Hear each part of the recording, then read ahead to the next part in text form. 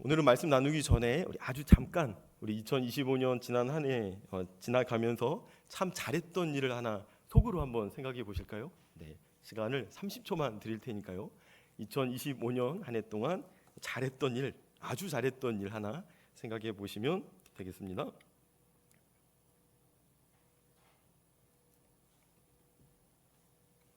네, 생각하고 계시죠?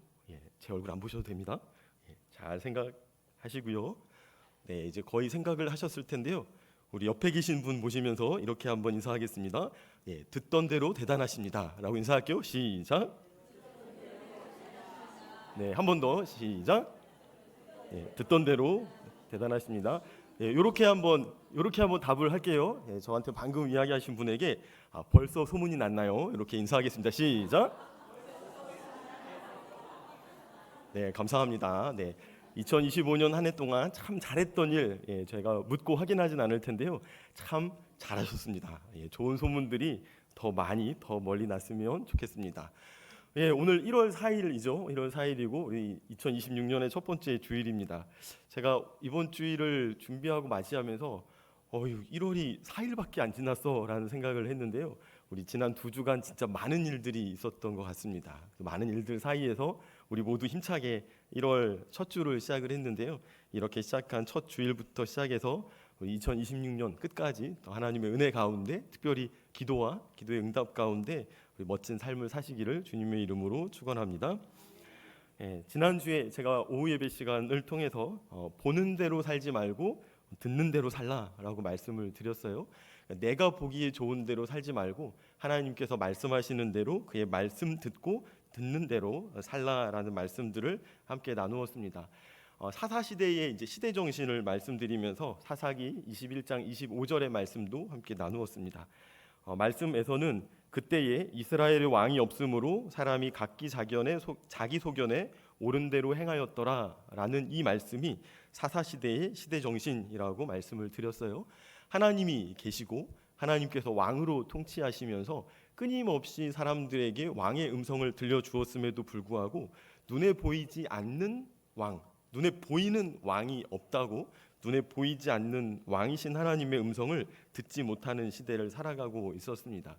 듣지 못하는 시대, 상상력이 없는 시대였고요. 그러다 보니 눈에 보이지 않으니까 믿지 않고 믿지 않으니 섬기지 않았습니다. 온전히 자기 눈에 보이는 것을 믿었고요. 자기 눈에 보이는 것을 섬겼던 시대가 사사시대였습니다. 우리는 마치 사사시대를 통과하고 있는 것 같은 삶을 살아가기도 하고 또 살았던 경험들도 있습니다. 하나님을 하나님으로 섬기는 것이 아니고 그저 내가 보기에 좋은 것들, 내 시선에 마음에 드는 것들, 내 눈에 충족되는 것들을 마치 신처럼 섬기고 살았던 우리 지난 시절, 지난 시간들이 있었을 겁니다. 사사시대, 그 시대 자체는 시대 전체로서 새로운 생명을 잉태하지 못하는 난임의 시대였다라고 말씀을 드렸습니다. 그 상징이 바로 한나였던 거죠.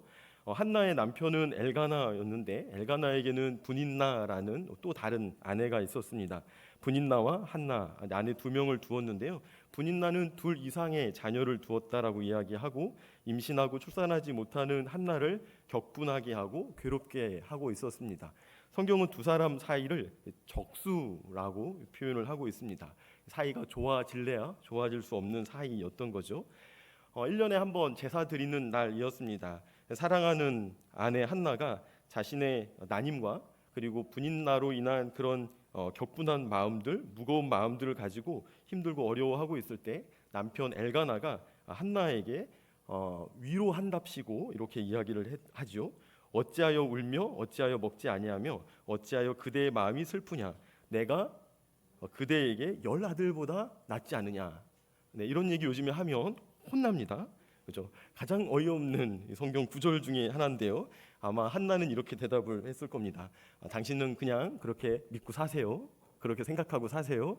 저는 아들이 없어서 너무 힘들고 어렵습니다. 이런 이야기들을 하면서 난임의 시간들을 이제 보내고 살았을 겁니다. 1장 9절은 이렇게 말씀합니다. 그들이 실로에서 먹고 마신 후에 한나가 일어나니 그때의 제사장 엘리는 여호와의 전 문설주 곁 의자에 앉아 있었더라라고 이야기합니다. 한나가 등장을 하고요. 그 시대의 제사장이었던 이제 엘리가 등장을 합니다. 한나가 마음이 너무 어려워서 그리고 괴로워서 여호와께 기도하고 통곡합니다. 서원 기도를 올려드리는데요. 주의 여종에게 아들을 주시면 내가 그의 평생에 그를 여호와께 드리고 삭도를 그의 머리에 대지 아니하겠나이다라고 기도합니다. 서원을 하게 되죠. 자기 아들을 나실인으로 하나님께 내어 드리겠다라고 서원을 합니다. 이 서원은 하나님과 서원자 사이에 때려야 뗄 수 없는, 이거는 이렇게 깨뜨릴 수 없는 맹약이었던 거죠. 이 맹약의 관계를 하나님과 이 한나가 맺게 됩니다. 제가 서원하면 늘 생각나는, 제가 들은 재미있는 아니고요, 아주 무시무시한 에피소드 하나가 늘 기억 속에 떠오릅니다. 보통 서원하면 이제 엄마와 아빠가 아이를 가지면서 그 태어나는 아들을 하나님께 드리겠다고 서원을 하죠. 목사로 드리거나 아니면 전임 선교사로 드리거나 하나님께 드리겠다라고 서원을 합니다. 이 서원은 하나님 앞에서 깨뜨릴 수 없는 맹약이 되어서 반드시 지켜야만 하는 약속이 되죠. 그래서 그 서원 기도를 들은 아들과 딸은 늘 하나님께 드려진다는 마음들을 가지고 막 도망도 다니다가, 그리고 하나님께 항복하고 또는 자원하는 마음으로 또 목사도 되고 선교사도 됩니다. 근데 제가 경기고등학교 사역을 하는데요, 우리 경기고등학교 사역 중에 만난 한 목사님이 계셨습니다. 여성 사역자, 여성 목사님이었는데요. 어떻게 목사님이 되었습니까라고 이제 이야기를 나누던 중에 중학생 아들이, 엄마가 교회를 열심히 다니니까 우리 엄마가 목사가 되면 좋겠다고 엄마를 서원했어요. 엄마를 서원 기도로 하나님께 드리는 바람에 엄마가 평생 도망 다니다가 어쩔 수 없이 항복하고 신학교 가서 신학하고 이제 목사가 되었다라는 이야기를 하시더라고요. 그래서 제가 우리 청소년 친구들에게 이야기합니다. 얘들아, 엄마를 서원해 드려, 목사가 되도록. 아빠를 목사가 되도록 서원해 드려라고 이제 이야기하면서 누가 빨리 서원했는가, 이게 싸움이야. 이거 빨리 서원하면 네가 이기는 거야라고 이제 농담처럼 진담으로 이제 이야기를 합니다. 2026년 우리가 온 교회가 기도하기 시작했는데요. 우리 집사님, 권사님들, 장로님들 그리고 이제 긴장하셔야 됩니다. 우리 친구들이 기도 열심히 하다가 그 기도 끝에 우리 아빠를 목사가 되도록 서원해야 되겠다라고 마음 먹고 서원 기도하면 안 되니까 기도 열심히 시키시는데 뭐라고 기도하는지는 늘 점검하셔야 될 겁니다. 그래야 갑자기 뜬금없이 목사의 길로 가지 않을 수 있으니 늘 이렇게 우리 자녀들의 기도를 관심 있게 또 가르쳐 주시고 또 점검하고 같이 확인해 주시면 좋을 것 같습니다. 아무튼 지금 한나가 기도함으로 이 사무엘이 하나님 앞에 나실인으로 이제 드려지게 되었던 것이죠. 이 사무엘이 나실인으로 드려지는 요 장면 속에 엘리가 등장을 하고 엘리의 두 아들인 홈니와 비느하스가 등장을 하게 됩니다. 2장 12절에서 13절은 엘리와 한나의 대화가 나오는데요. 엘리가 이렇게 이야기합니다. 그가 여호와 앞에 오래 기도하는 동안에 엘리가 그의 입을 주목한즉 한나가 속으로 말하며 입술만 움직이고 음성이 들리지 아니하므로 엘리는 그가 취한 줄로 생각한지라라고 기록하고 있습니다. 한나가 하나님께 기도하고 있었습니다. 그리고 기도하는 한나의 모습을 엘리가 보았습니다. 그런데 한나가 기도하는데 엘리는 그 한나의 기도 소리가 음성으로 몸 밖으로 나오지 않는다고 그가 기도하지 않는다라고 생각을 했고요. 한나의 기도를 듣지 못하게 됩니다. 엘리는 한나의 기도를 들어야만 했습니다. 비록 소리가 입 밖으로 나오지 않고 무건의 기도였지만 한나의 영혼의 상태를 살피고 고통과 고난을 공감할 수 있었어야 하고요. 그 공감 속에서 비록 무건이었지만 무건의 기도 소리를 들을 수 있는 귀를 이 엘리가 가지고 있어야만 했죠. 영적인 지도자였고 또 영적인 지도자였기에 사람의 마음을 살피고 돌보는 일에 힘썼어야 됐고요. 비록 소리가 나오지 않는 그 소리 없는 부르짖음이더라도 엘리는 한나의 음성을 들을 수 있었어야 했습니다. 하지만 엘리는 한나의 기도를 듣지 못했던 것이죠. 그렇다면 귀로 제대로 듣지 못했을 뿐만 아니라 엘리는 한나의 그런 기도의 모습들도 제대로 보지 못했습니다. 이 엘리가 한나를 주목해서 보았다라고 이야기를 하는데요. 주목해서 본 결과 뭐라고 이야기하냐면 내가 언제까지 취하여 있겠느냐, 포도주를 끊으라라고 이야기를 하는 거죠. 한나가 이 엘리의 이야기를 듣고 내 주여 그렇지 아니하나이다. 나는 마음이 슬픈 여자라 포도주나 독주를 마신 것이 아니요 여호와 앞에 내 심정을 통한 것뿐이오니 당신의 여종을 악한 여자로 여기지 마옵소서라고 이야기를 하고 있습니다.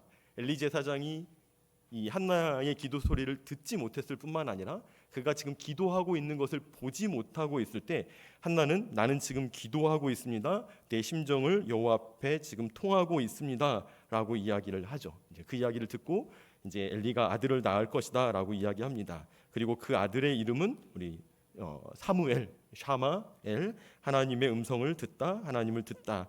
우리가 부르짖었을 때 하나님께서 응답하셨다라는 이제 이름을 얻게 되는 거죠. 한나는 이 아이가 젖을 떼면서 서원한 대로 이 아이를 여호와의 전에 수종드는 나실인으로 드리게 됩니다.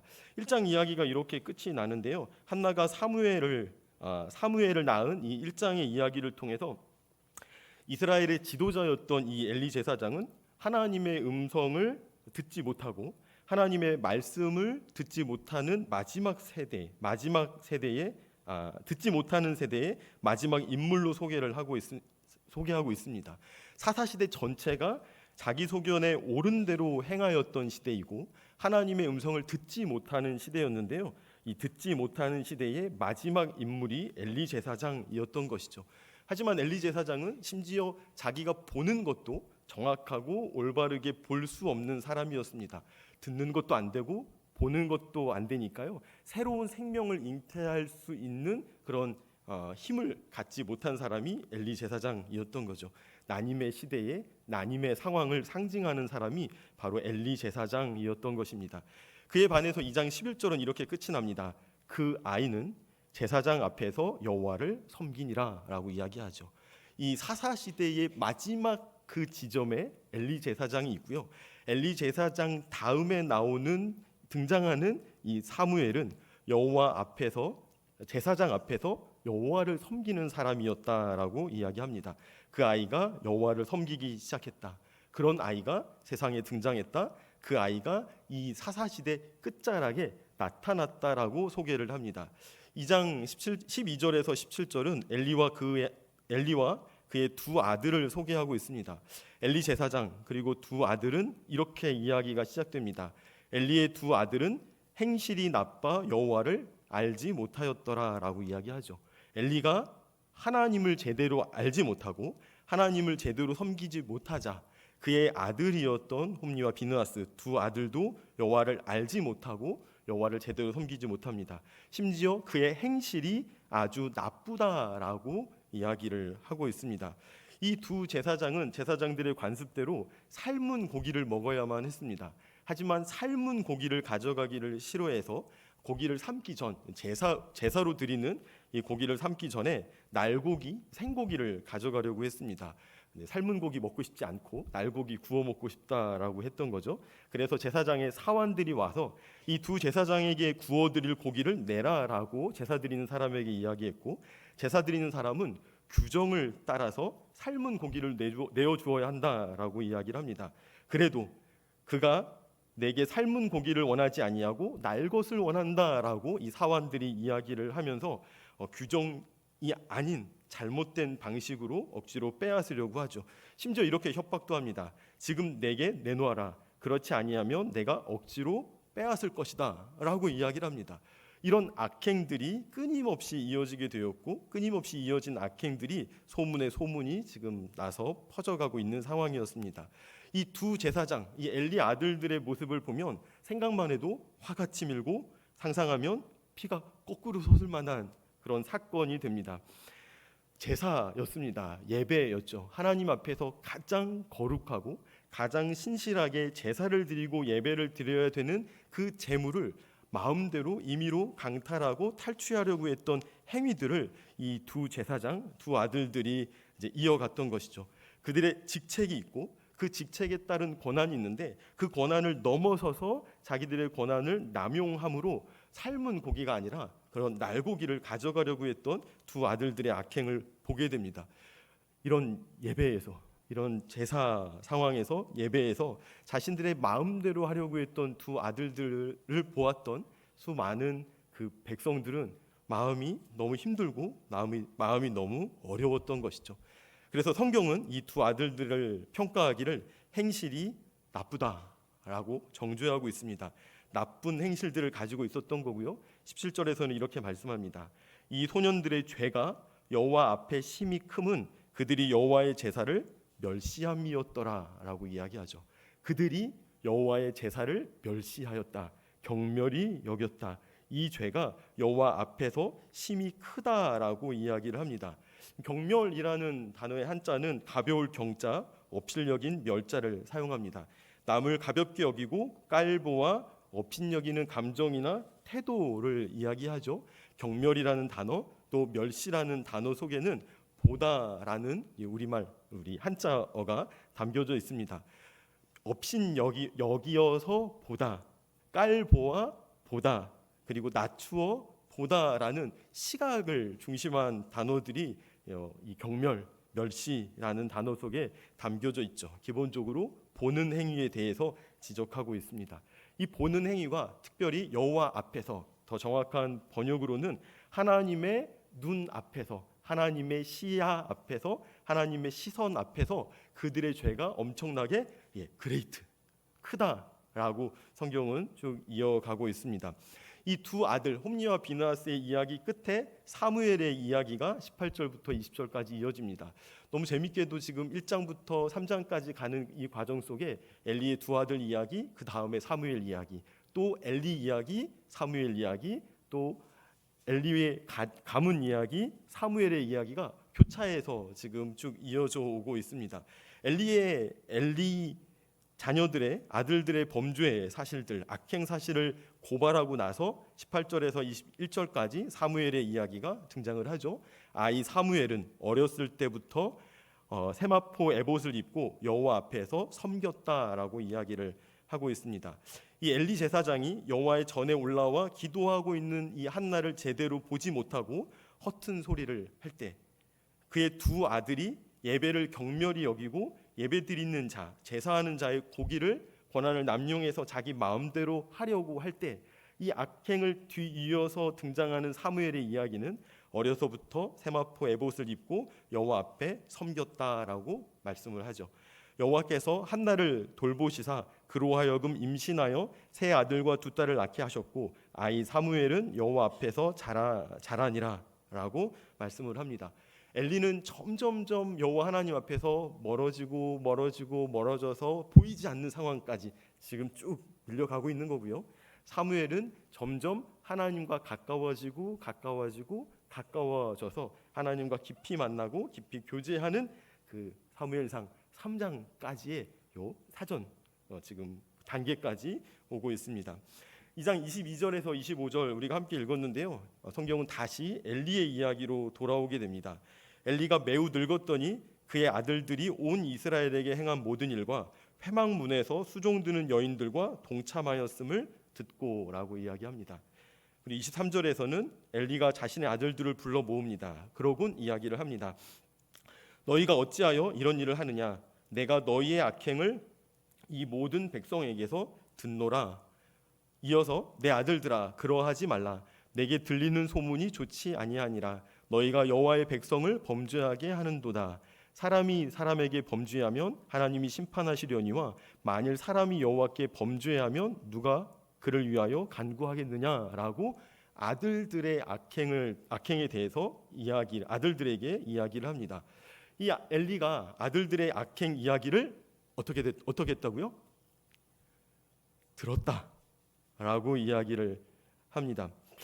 지금 엘리 제사장이 두 아들들의 악행 이야기를 들었습니다. 엘리 제사장은 그 당시에 최고 위치에 있는 지도자였고요. 지도자에 걸맞는 최고 권력들을 가지고 있었습니다.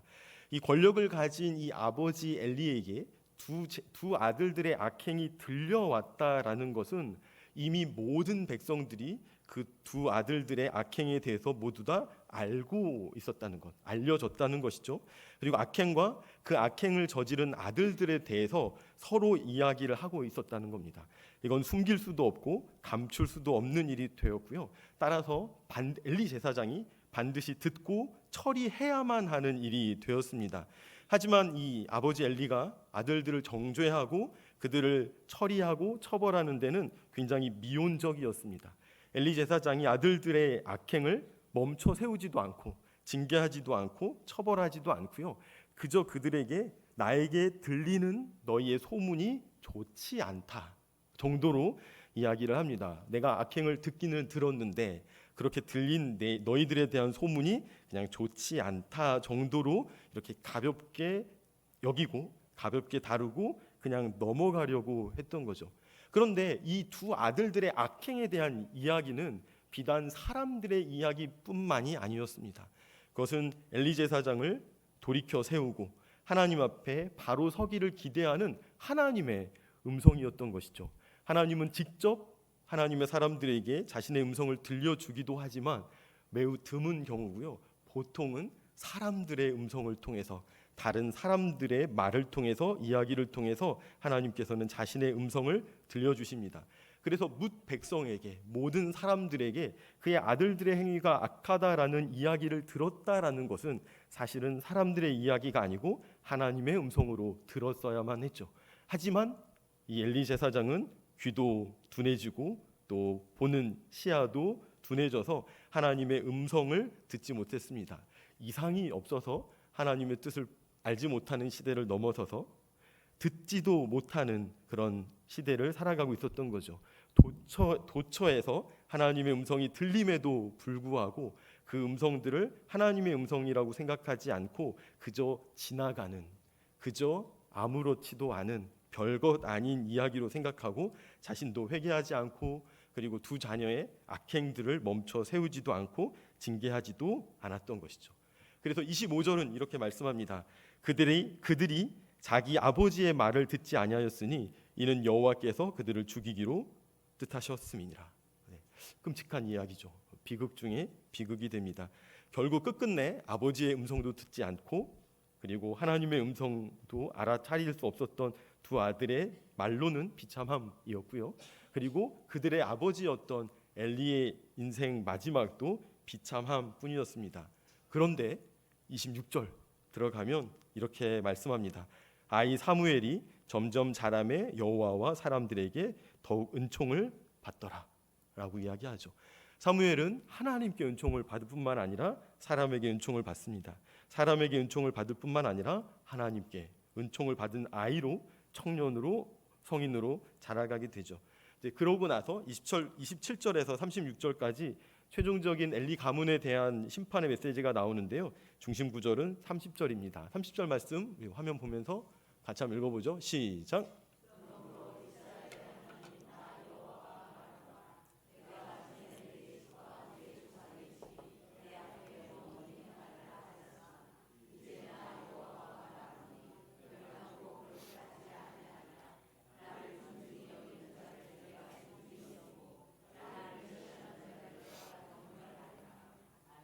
아멘.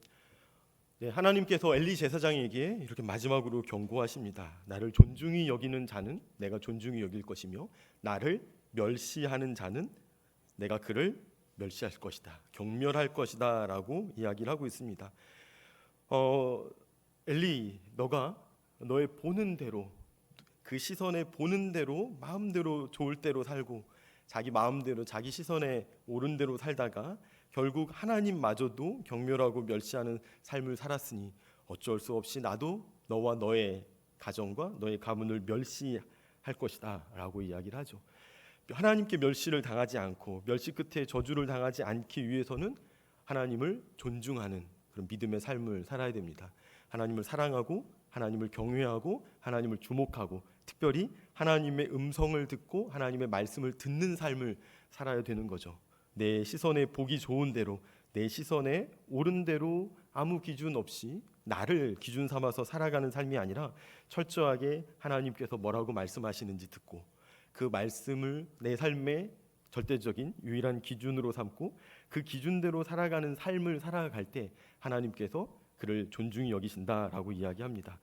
하나님의 말씀을 듣고 그 말씀대로 살아가는 삶의 수고와 태도와 노력이 하나님을 존중히 여기는 삶이라는 거죠. 사랑하는 성도님, 사랑하는 성도 여러분, 하나님을 존중히 여기는 성도님들이 되시기를 바랍니다. 하나님의 말씀을 듣고 그 듣는 말씀을 하루 종일 묵상하고 그 묵상한 말씀 속에서 하나님의 뜻을 확인하고 그 확인한 말씀을 가지고 그 말씀대로 살아가는 하나님의 사람들이 되기를 주님의 이름으로 부탁드립니다. 하나님의 멸시는 파멸과 죽음이고요. 하나님의 존중은 우리의 생명과 구원이 됩니다. 하나님께 존중이 여김을 받고 하나님의 구원과 생명을 누리는 하나님의 사람들이 되었으면 좋겠는데요. 이어서 하나님께서는 내가 나를 위하여 충실한 제사장을 일으키리니 그 사람은 내 마음 내 뜻대로 행할 것이라. 내가 그를 위하여 견고한 집을 세우리니 그가 나의 기름 부음을 받은 자 앞에서 영구히 행하리라 라는 말씀을 통해서 새로운 제사장을 세울 것이다 라고 이야기합니다. 1차적인 성취는 사무엘에게서 이루어지고요. 2차적인 성취는 다윗 시대 이후에 사독 제사장 가문을 통해서 역사적으로 이루어지게 됩니다. 하나님께서는 하나님을 주목하고 하나님을 존중하며 하나님의 말씀을 듣고 그 말씀대로 살아가는 사람을 제사장 가문으로 세울 것이며 그 제사장 된 사람으로서 또 다른 사람들을 섬기고 또 구원을 위해서 회복을 위해서 사역하는 주의 나라의 사역자로 세울 것이다 라는 것이 그 시대와 또 이 시대를 관통해서 우리에게 들려주시고 전해주시는 말씀입니다. 자기 눈에 좋은 대로 자기 눈에 옳은 대로 살아가고 하나님의 말씀을 듣지 못했던 엘리와 엘리의 가문은 이렇게 파멸의 길로 들어서고 하나님의 말씀을 들었던 사무엘은 그 사무엘을 통해서 이스라엘이 또 다른 역사의 전환기를 이루어내고 하나님의 통치를 계속 이어가게 하는 그 중요한 사역자가 된 사실들을 살펴보면서 우리 역시 내가 보기에 좋은 대로 살아가는 것이 아니라 하나님 말씀의 기준대로 하나님의 말씀을 듣는 대로 살아가는 여러분들이 되었으면 좋겠습니다. 제가 마지막으로 적용을 하면서 여러분들이 지금 보고 있는 것은 무엇인가요? 라고 여러 가지 목록들을 쭉 적어놓고 보니까요. 그렇게 적어놓은 목록들이 너무 짜치다 싶더라고요. 별것 아니다라는 생각들이 들었습니다. 여러분들이 지금 통장의 잔고를 보고 있습니까? 여러분들이 지금 우리 집의 아파트 평수를 보고 있습니까? 이런 얘기 잔뜩 적어놨더니 얘기하기도 되게 차치다 싶어서 얘기 안 하기로 하고요. 2개만 이야기하고 이런 생각들을 해봅니다. 우리가 눈으로 잔뜩 힘줘서 뭔가를 주목하고 있는 바로 그 시간 내 옆에 우리 주님께서 나타나셔서 너 그거 왜 보고 있니? 라고 물어보실 때 부끄럽지 않는 삶을 살아야 되겠다라는 생각들을 해봅니다.